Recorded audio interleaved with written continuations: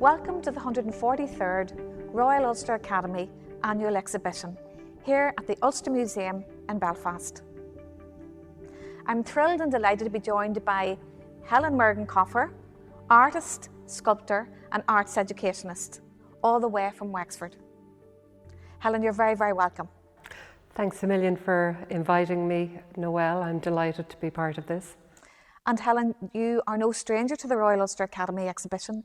You've exhibited previously, how many times before? 7 times. 7 times. Yep.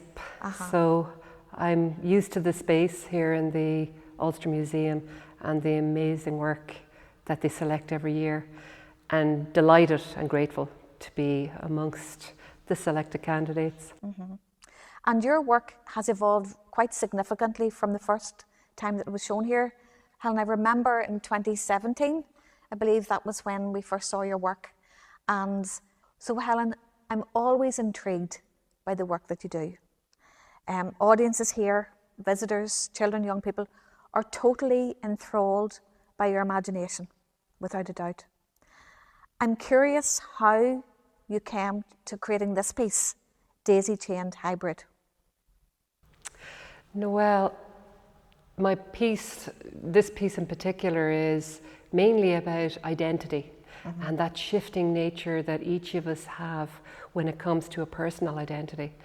And what I'm intrigued with is how we position ourselves in society and our relationship to the space that we inhabit, to the nature that surrounds us, and also then the relationship we have to ourselves. And this speaks really to that sense of place and identity and the split levels that we can have within ourselves, and that shifting sense of who we are and how we draw on different personalities and personas nearly in order to fit in. And I wanted to give that narrative a welcoming, beautiful, joyous appearance, so that people would be attracted by that kind of soft beauty and serenity, and then take a closer look and start to question, details within it. I mean, I'm always intrigued by, there's the pretty, the beauty, the fashion references as well, but there's always something a bit darker, a bit more sinister. And this particular piece almost looks edible. I can imagine a cake, I can imagine it a piece of public sculpture, that you can look up, look in, look round. And yet when you look at the faces and you look at the human and you look at the animal, the term that you have created is hummels. Hummels. Tell me a wee bit about that, because I know you're a real animal lover, but in this particular case, who's controlling who? The idea of the bracelets and the neck ornaments, the gorgets. Yes. Connected by a chain, they can be seen as being decorative or controlling. And it is a case of who's controlling who. And it's a 2-tiered level of control, really. This idea of people and nature being symbiotic and one feeding off the other. I mean, to be honest, we would be nothing without animals and plants, the ocean, the sea. We need them to survive. So we harness that, and we clothe ourselves in patterns reflecting nature. We have wallpaper reflecting nature. We have ornaments reflecting nature. It's our happy place. It makes us feel unjudged and welcome.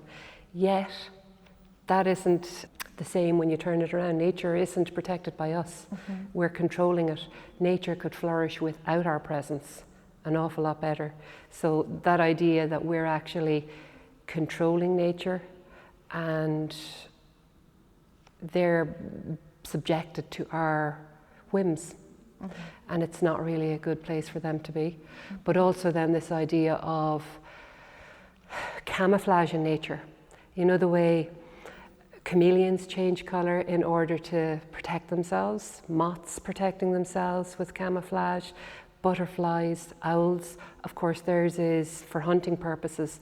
We have the exact same natural instinct within ourselves to camouflage ourselves and change our persona in order to either be prey or predator. And my hummels are an expression of this, where you're linking nature and humanity together in a fluid state where it's constantly changing and moving. It's not threatening to look at, because the one thing I wanted in this was to have that sense of an iron fist and a velvet glove, where people would be seduced into it very, very softly, and then maybe question why the need for camouflage, why the need to chain nature, why the need to have people spliced into the world of nature. So, and all my work is deeply, deeply personal. And I am one of those artists that cannot work without feeling that need to bring this into the world. I create very few pieces each year because I invest so much into each individual sculpture. And of course you could argue as well, it's not one piece. You know, there are three very, very integrated characters there. And one of the constants that seems to me from seeing your work over the years and visiting your studio and also collaborating with exhibitions formally is that the body is a vessel, and that the vestments or the fashion that is adorned is something more than just to cover the body. You have hit the nail on the head. Your interpretation is spot on, Noelle. We're born into the world. Some people are in the beginning of each line when it comes to looks, weight, skin, hair, beauty, all external. And some of us aren't. And this idea that humans are investing far too much in the package and not the contents. And so in my work, I try to present the human form as a package, which is a vessel, because really that's what we are. And the important thing is the essence of what's filled into that vessel. And that's all to do with a mixture of genetics, nurture, nature, and experience. And what comes out of that vessel then is slowly but surely, as the years pass, that is what we are, rather than, a human body. And so mine are purposefully done so that they're architectural constructs rather than, a realistic interpretation of the human body.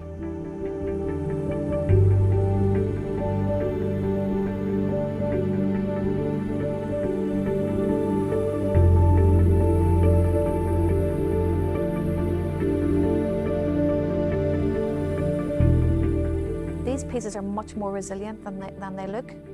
Would you like to tell me a little bit about how you actually make them? Because others would feel that perhaps they're exclusively ceramic, but that's not the case. The good thing about them is that when you look at them, they do look fragile and what's the other words I'm looking for? They look fragile and delicate, but they're actually an awful lot more robust than ceramics would ever be. My sculptures start out as steel armatures, and that's a combination of steel rods and flat sheet steel that's been cut into the various shapes that I need. So going right from where it's embedded into the base, right up to the tips of those flower petals that are sticking out, steel. Right to our fingertips, that's all steel. Everything, even those ears, they're all steel. The fingertips down here, the legs, the limbs, the tails, anything it's all connected and it's all steel. So they're very, very robust. And I like this idea that you can have something that, like the feminine within the human society, in all species, the female, looks beautiful, looks elegant, looks fragile, comes across as being so delicate, yet the female internally is so strong and resilient, and God knows the females have to, you know, carry an awful lot to exist in a society where the male seems to dominate.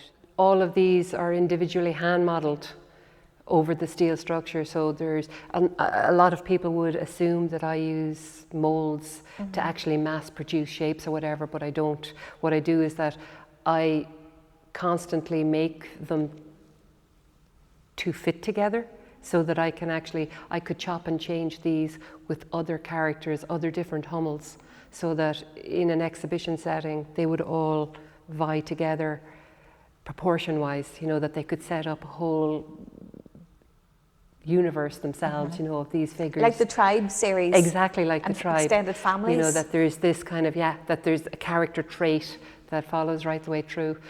And also... And it is autobiographical too, or semi-autobiographical, because I can see aspects of your own features. You can trace my personal history in my work since I was here initially in 2017, all the way through. And I have worked systematically on my own sense of self. And initially I started off with a more open version of what exactly is identity. And if you could picture it like a funnel, I have narrowed and down, and I have finally gone from the idea of a sense of self with community and place and location to then narrowing it right down to where I am now, to my own head, and how we actually speak to ourselves, how we filter information, how, you know, sometimes we can have this little character at a blackboard, you know, with the duster when you were in national school especially, chalk dust. And as somebody is speaking to you, that person can be allowing that chalk to stay on the board, or they're mad busy with the duster, getting rid of all that positivity that comes in and only leaving the negative. With regards to those phases in the past, where I was an awful lot more dramatic in getting out that angst and that feeling of helplessness and being on the precipice of something, you know, that's dangerous, and, you know, struggling. Those figures had animal masks, and if you kind of now pass through that, my figures are morphing into and blending with those. They're not masks anymore, but they're actually hybrids. And, you know, my Hummels now have become the evolution within the stylistic change.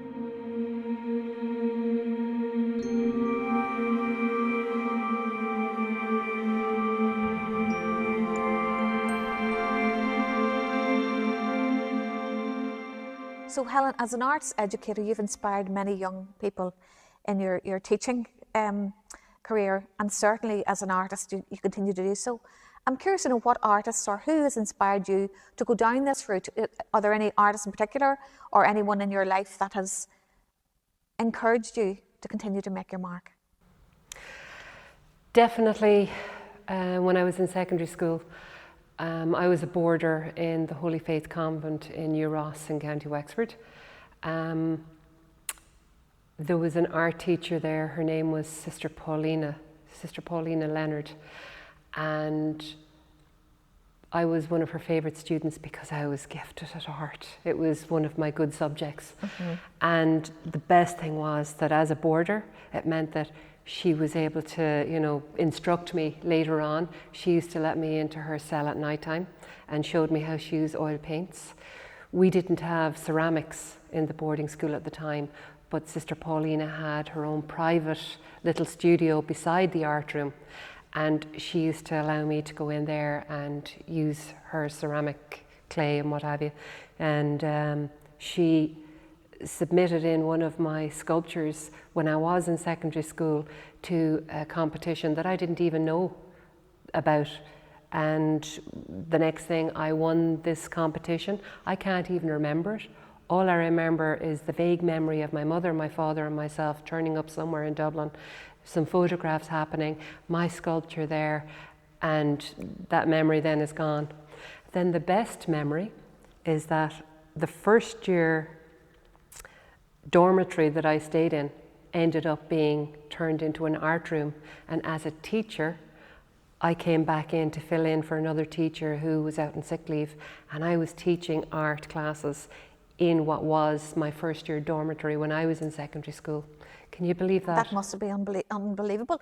And did she tell you that you were gifted? Yes. Well, I mean, to get that endorsement. Look at, she ended up being the principal, and then I was promoted to be one of the head prefect in sixth year over the seniors, and my life was so much better, enriched. I was enveloped by her protection. Because someone believed in you and acknowledged your talent and encouraged it. I never thought of another career. It was always art, art, art, and I wanted to be like Sister Paulina. I went for an interview with the head of the Holy Faith Order to see could I become an art teacher and a nun like Sister Paulina. Can you believe that? Yes. She had that much influence. And she's now in Australia. And I got an email from her a few years ago. I actually contacted somebody else from school when I was a boarder, and she knew where Polly was, we call her Polly, down below in Australia, and I sent an email to Sister Paulina and told her that I had gotten into the RUA and the RHA and sent her some photographs, and she replied saying that she was thrilled and delighted and gushing. She's now in a convent down there in Australia. It's a pity. I'd love to go and meet her again. Who knows? But Who knows? talk about having teachers, educators do not know the power they have. I know that when I was teaching myself, I would go in, I always arrived in at around 7:30, 8 o'clock in the morning.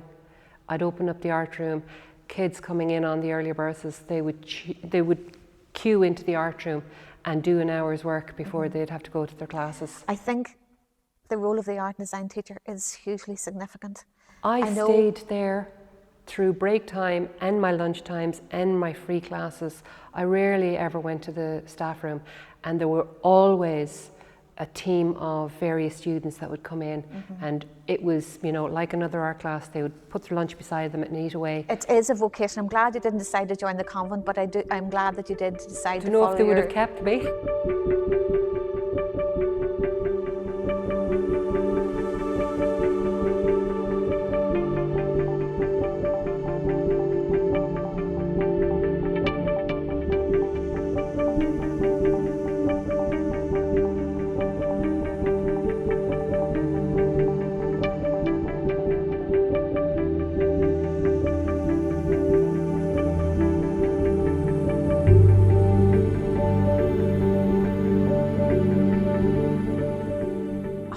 Do you think it is for an artist, once they've created the work? I mean, that's the biggest challenge, I think. But how important do you think it is for you to show your work to the world? How important is it for you to have your work exhibited in the Royal Ulster Academy Exhibition and the RHA in the past as well? You know, is that important for you, or do you feel your work's already done? It's hugely important. I mean, we strive to get into the RUA and the RHA especially. Outside of Ireland, Brexit has made it a bit difficult, you know. Well, the transport of artwork. Yeah, and having to deliver work unpacked and then get it through customs and the delays that can have as well, and then to get it packed and collected again, it costs an absolute fortune, and it's a logistic nightmare, because an artist can't be everything, but we try to be, we need to be, we have to be, because visible. You couldn't afford. Yeah. But with regards to getting into these exhibitions, we feed off of the reception our work gets. Your work isn't alive. You only get to that state where you've managed to purge yourself of whatever feeling, idea and narrative that you want to get across into this, and it only means something when you see people interacting. And with this idea of media can be a nightmare for an artist. I'm not great with technology. You mean social media and promotion? Social media and knowing how to get stuff onto your phone Yes. and all those apps and what have you. I'm pretty dismal, but it's a resource. It's an important resource.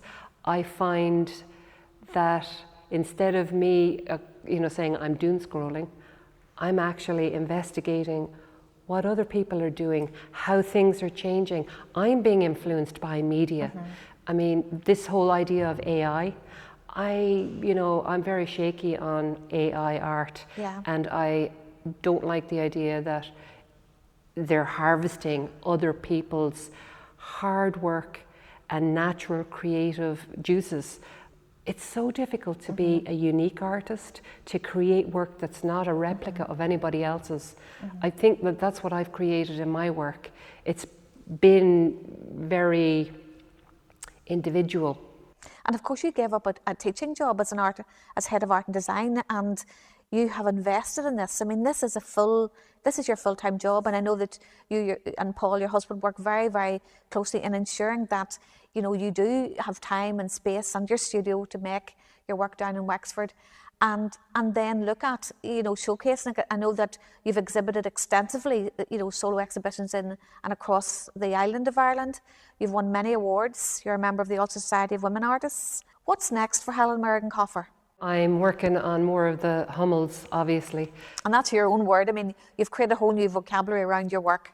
Yes, and what I've realised as well with regards to my work, this idea of lofty and spiritual, that I introduced concrete into my ingredients or my catalogue of media. Yes, I've introduced concrete.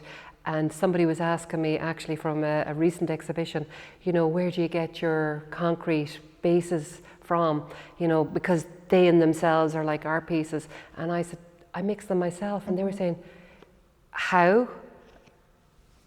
I have bags of concrete, blocks, bricks, gravels, what have you. I cut and I make my own wooden formers.